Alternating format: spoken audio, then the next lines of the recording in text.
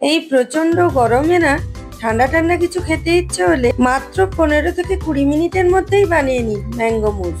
Mango মুস বানানোর জন্য আমি এখানে দুটো বড় পাকা আম নিয়েছি। পাকা আমগুলো যেন মিষ্টি হয়, তাহলে মুসের টেস্টটাও খুব ভালো হয়। এবার শুরু করছি। প্রথমেই আমি 1 টেবিল চামচ জিলেটিনকে 3 টেবিল চামচ মোসম্বির রসের মধ্যে ভিজিয়ে 15 মিনিট রেখে দিচ্ছি। এবার আমি আমগুলোকে কেটে মিক্সার গ্রাইন্ডারে পিউরি বানাচ্ছি। এখানে আমি 2 কাপ পাকা আমের পিউরি নিচ্ছি। ওই পাকা আমের পিউরির মধ্যে 2 টেবিল চামচ গুঁড়ো চিনি মিশিয়ে দিলাম। এখানে মিষ্টিটা কম বেশি করতে পারেন। 15 মিনিট পরে ভেজানো জিলেটিনটাকে আলাদা একটি জায়গায় খুব কম আঁচে আমি গলিয়ে নিচ্ছি। 1 থেকে 2 মিনিট মতো গলাতে হবে। গলানো জিলেটিন আমের সঙ্গে মিশিয়ে নিচ্ছি। স্প্যাচুলার সাহায্যে এইভাবে ভালো করে মিশিয়ে নিচ্ছি। জিলেটিন দিলে না একটা থকথকে বেশ ভাব আসে। জিলেটিন ছাড়াও কিন্তু বানানো যায়, তবে আমি এখানে জিলেটিন দেওয়া প্রসেসটা দেখিয়েছি।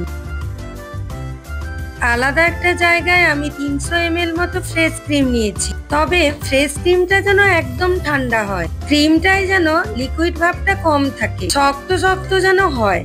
ক্রিমটাকে বরফের ওপর বসিয়ে ফেটাতে হবে। আমি এখানে আইস ব্যাগের ওপর ক্রিমের বাটিটাকে বসিয়ে ব্লেন্ডারের সাহায্যে ভালো করে ফেটিয়ে নিচ্ছি। বেশ কিছুক্ষণ ধরেই আমি ব্লেন্ডারে ফেটিয়ে নিচ্ছি। যতক্ষণ না ফ্লাফি বা ফুলে ওঠে ততক্ষণ কিন্তু ফেটাতে হবে। এইরকম ঠান্ডার ওপর বসিয়ে ফেটালে খুব তাড়াতাড়ি ফ্লাফি হয়ে ওঠে। দেখুন কত সুন্দর করে ফ্লাফি বা ফুলে উঠেছে। এইরকম ফুলে ওঠা কিন্তু দরকার। বেশ ভালো করে ফুলে গেলে আমের সঙ্গে হালকা হাতে কিন্তু ভালোভাবে মেশাতে হবে। আম ও ক্রিমের এই মিক্সচার না এমনিতেও দেখে খেতে ইচ্ছে হয়। এইভাবে না আমি স্প্যাচুলার সাহায্যে ভালো করে হালকাভাবে মিশিয়ে নিচ্ছি। এবার আইসক্রিমের বোলে আমি ওই মিক্সচারটাকে ঢেলে নিচ্ছি। তবে আপনাদের কাছে আইসক্রিম বোল না থাকলেও ছোট ছোট অন্য বোলে ঢেলেও ফ্রিজে রাখতে পারেন।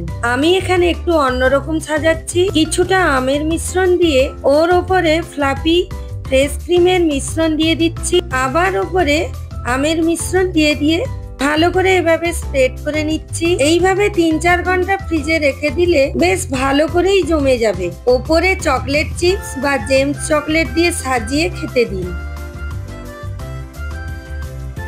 এইভাবে ঠান্ডা ঠান্ডা সার্ভ করুন ম্যাঙ্গো মুস।